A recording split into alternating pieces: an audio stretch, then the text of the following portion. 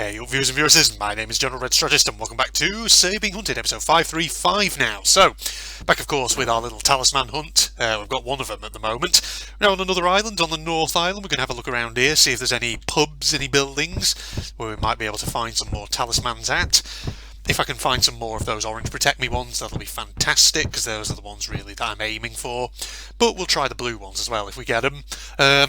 So yeah, hope you guys are enjoying listening to me ramble as I go on this big talisman hunt. Now, the thing is, it's a afternoon as I'm going to record this, late afternoon. My work's sort of done for the day, so I'm feeling kind of good, ladies and gentlemen. In fact, I thought I'd just come and record a couple of episodes for the channel. Maybe a bit of real RTCW and all that, just so I've got stuff to keep me going in the meantime. And as we're actually searching across this island, there is something that I kind of have in mind. Just namely, it's something that I saw on Twitter recently. Because the thing is, obviously I have, my General Red Strategist Twitter page, where I do, of course,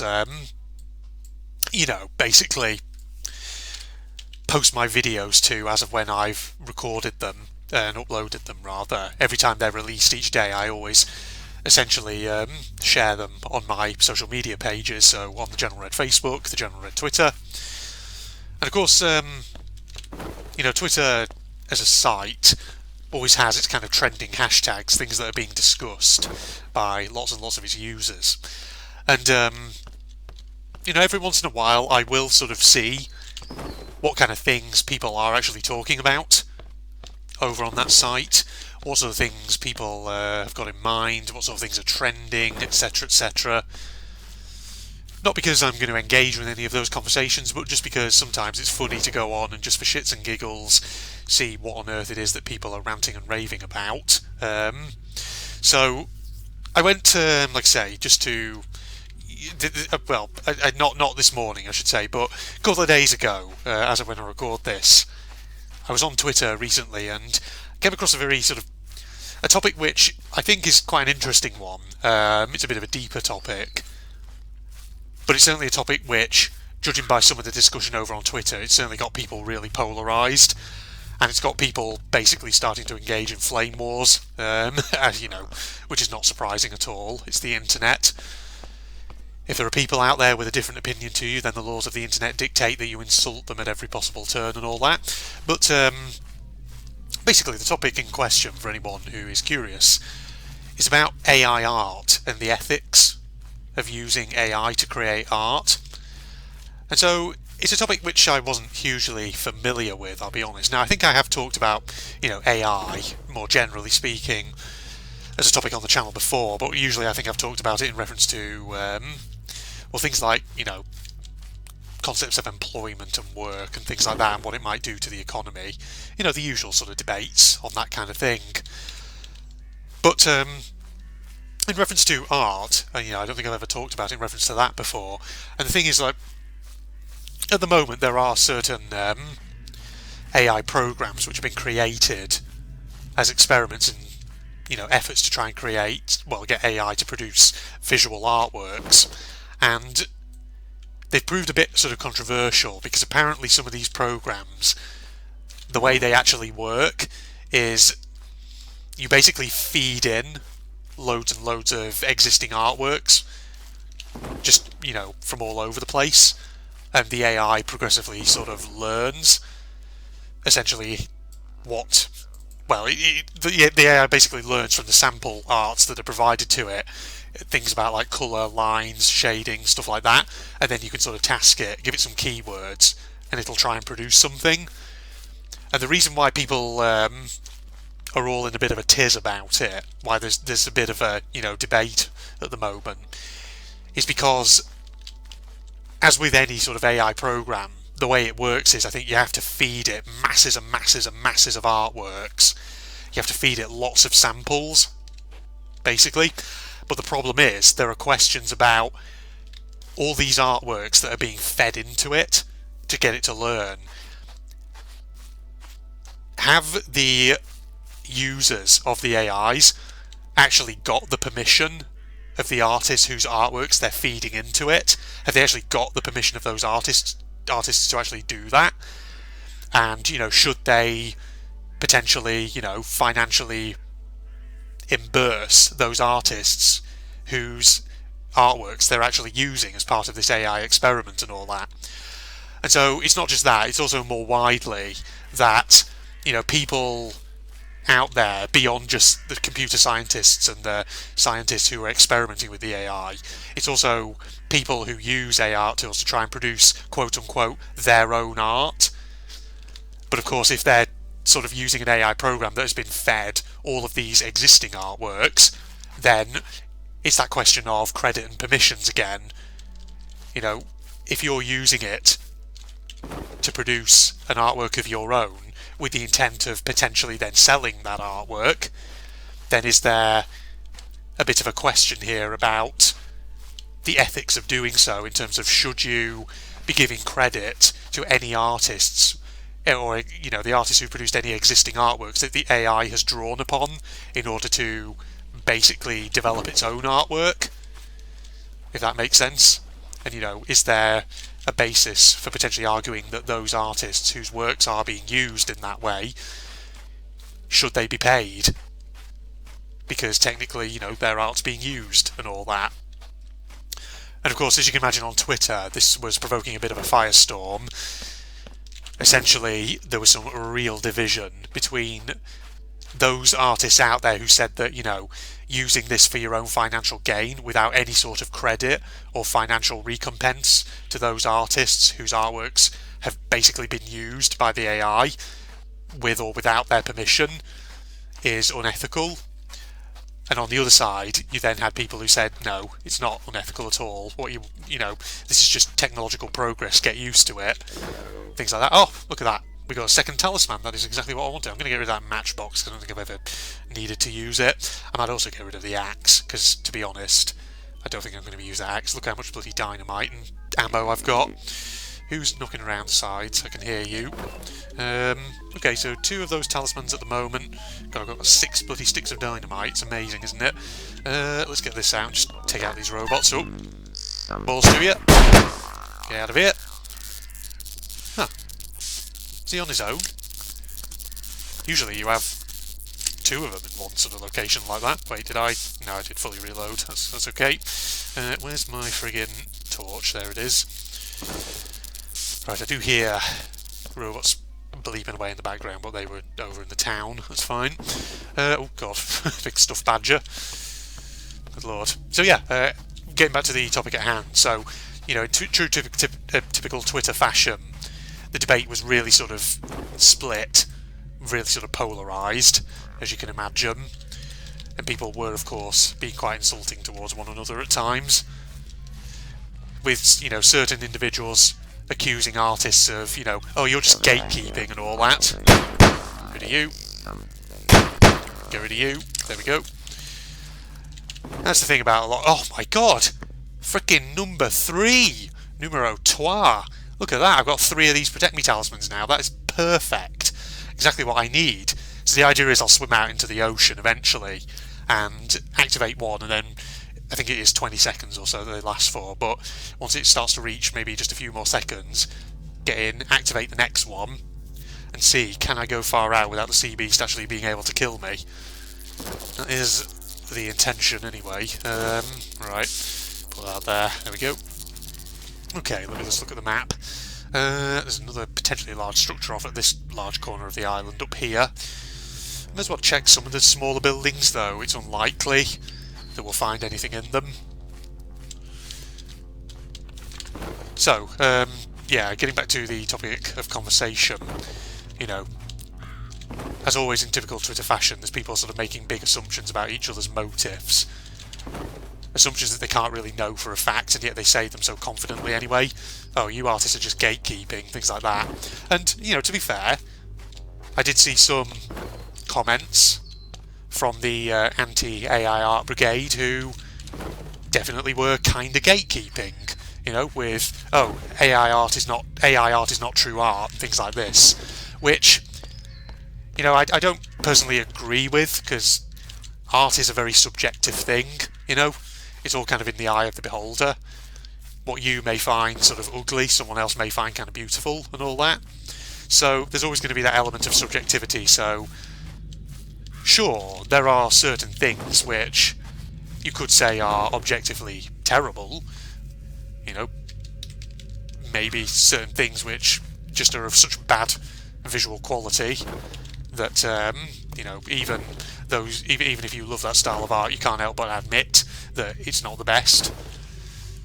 But still, there's still a huge degree of subjectivity involved. But like I say, you know, I don't agree with the idea that AI art is not true art. I can't agree with that, because at the end of the day, that is a little bit gatekeepy, to put it that way.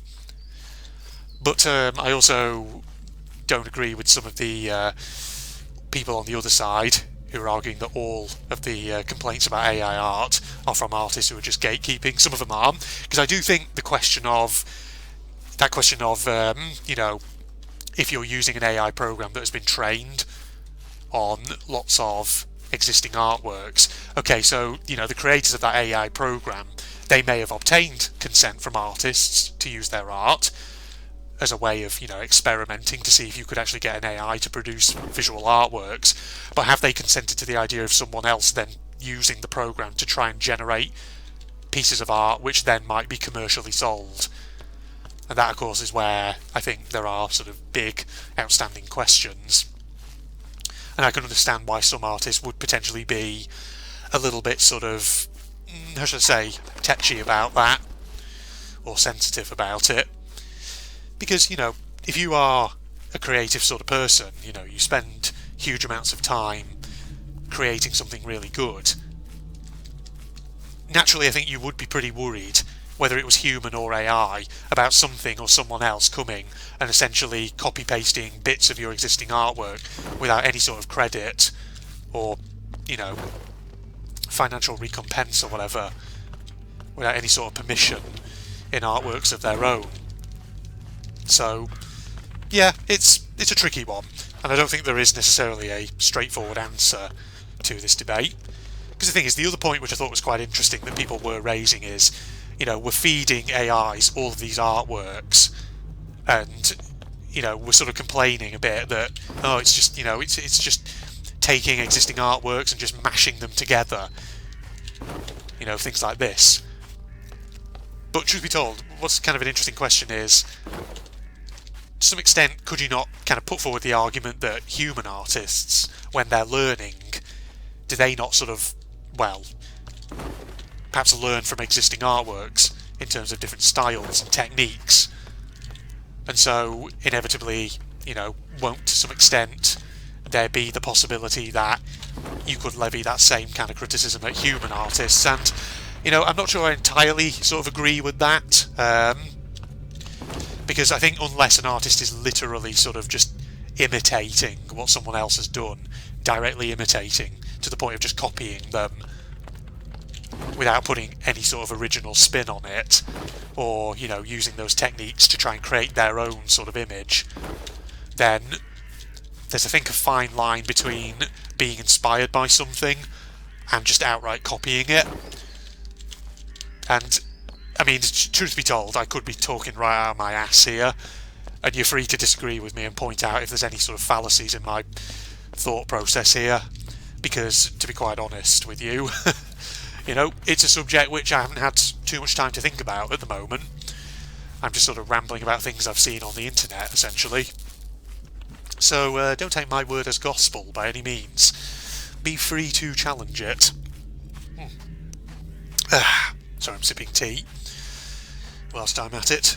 But yeah, you know, like I say, as you can imagine, Twitter debates, they get heated very, very quickly.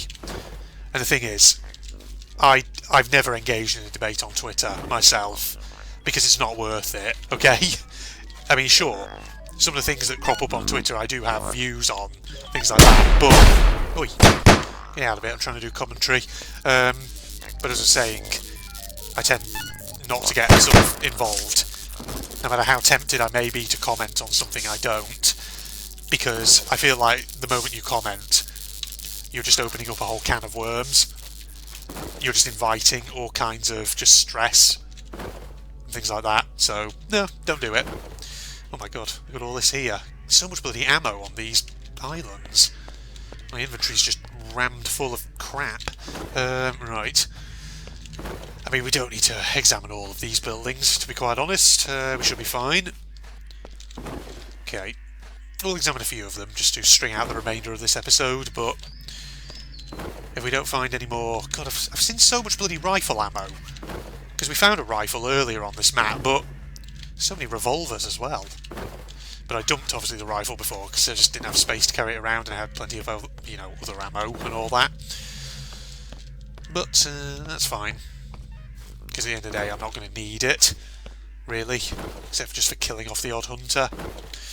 Let's see now. Nothing there. Okay. Go over to this side of the canal, I do think. But whilst I'm on that subject of Twitter and, you know, trending topics and all that, here in the UK at the moment, there's been, as you can imagine, a lot about, and this is probably going to date the video somewhat, but there's been a lot about, obviously, Prince Harry, Meghan Markle, Jeremy Clarkson. Because essentially, if you don't know, Jeremy Clarkson wrote an article about Meghan Markle quite recently, where he said a few things which... The thing about Jeremy Clarkson is a bit of a clown, right? And I think a lot of what he says, you're not really supposed to take him too seriously.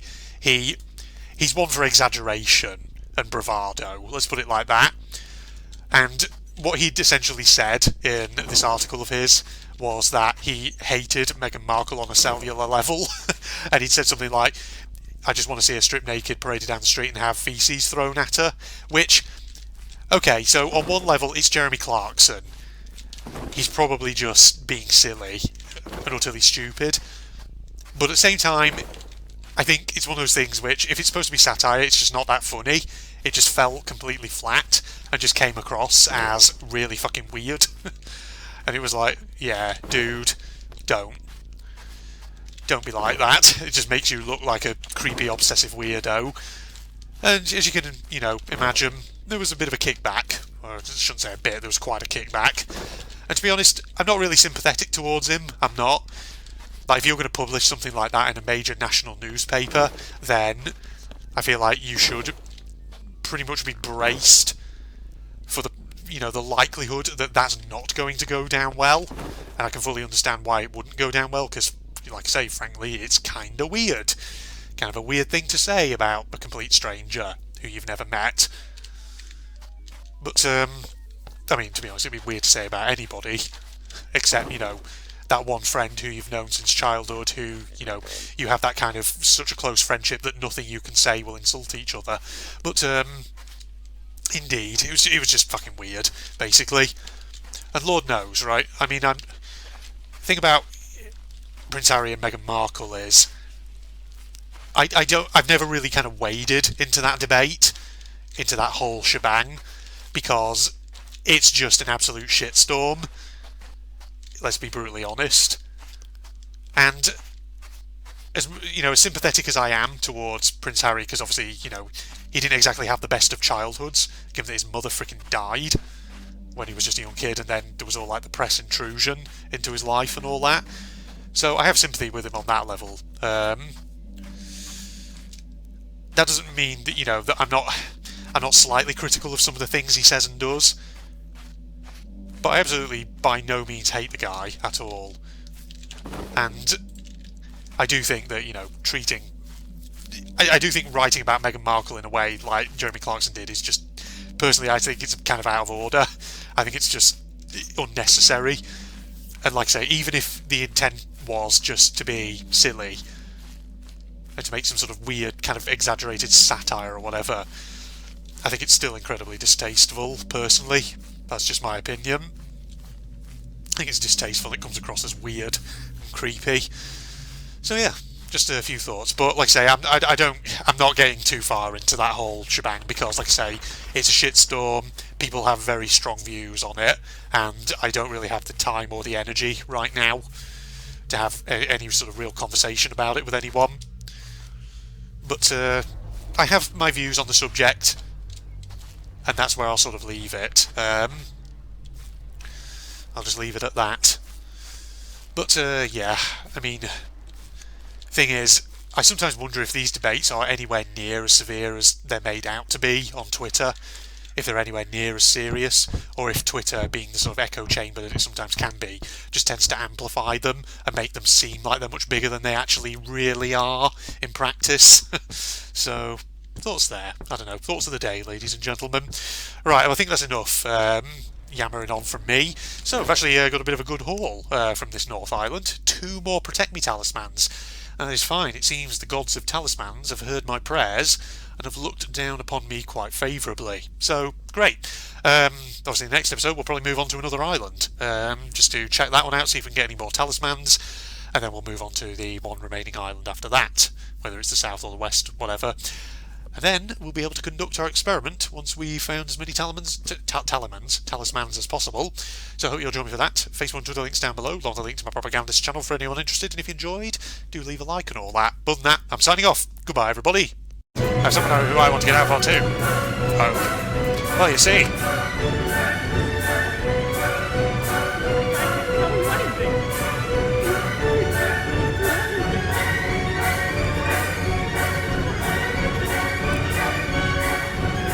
I'm not surprised. We've had a lot of weirdness in this game so far. This is by far probably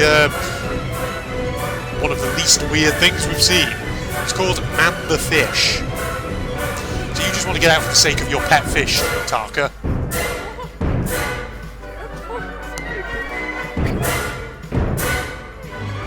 I'm going to speak up again, folks, voice actors. Yes, do it for Man the Fish, Tarka.